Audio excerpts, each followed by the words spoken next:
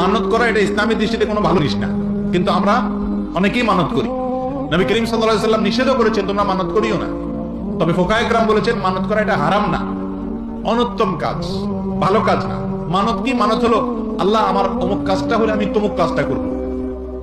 আল্লাহকে একটা শর্তের মধ্যে ফেলে এরপরে যায় কোন একটা ভালো কাজ করা। আল্লাহ আমার ছেলে ভালো রেজাল্ট করলে বা আমার ভালো রেজাল্ট হলে আমি গরিবকে 100টা টাকা দেব। তো আপনি আল্লাহকে শর্তের মধ্যে না ফেলে বরং গরিবকে আগে 100 টাকা দিয়ে দেন, দিয়ে দোয়া করেন আল্লাহ আমি 100 টাকা দান করলাম, তুমি আমার পরীক্ষার রেজাল্ট ভালো করে দাও। তো এটা না করে আল্লাহর সাথে মান্নাতটা হলো আপনার, এটাকে বলা যায় পোস্টপেড সিস্টেম। মান্নাতটা হলো কি সিস্টেম ভাই? পোস্টপেড। মোবাইলে আছে না দুই রকম, পোস্টপেড আর একটা কি প্রিপেড। প্রিপেডটা কি?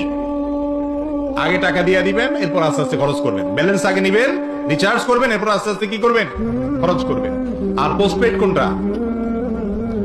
আগে খরচ করে নিলেন, এরপর কি করলেন? এরপরে আপনি পেমেন্ট করলেন।